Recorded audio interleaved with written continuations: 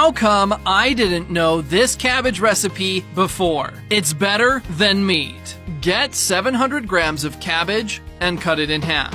Remove the stalk from one of the halves, chop it, and then cut these slices into 3 pieces. Transfer all the cabbage to a saucepan and fill it with water. Over medium heat, boil the cabbage for about 10 minutes. Next, drain all the water by passing it through a sieve. Meanwhile, get 1/2 onion, chop it into strips and then into small cubes. In a skillet over medium heat, add 1 drizzle of oil. Put the onion in the skillet, add 3 crushed garlic cloves. Now, get the cabbage we've set aside and using your hands, squeeze it until all the water comes out.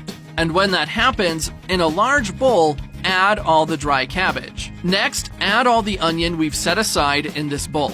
Also add 2 whole eggs. Add 1 teaspoon of salt, 1 teaspoon of oregano, 1 pinch of black pepper, 1/2 cup of wheat, 1 pinch of chili flakes. Get a small portion of this mixture and shape it into a small ball. Once the oil is hot enough, add the cabbage balls and fry them. I fried each side for about 2 to 3 minutes. I'll also thank you for sharing this recipe. See you next recipe. Bye!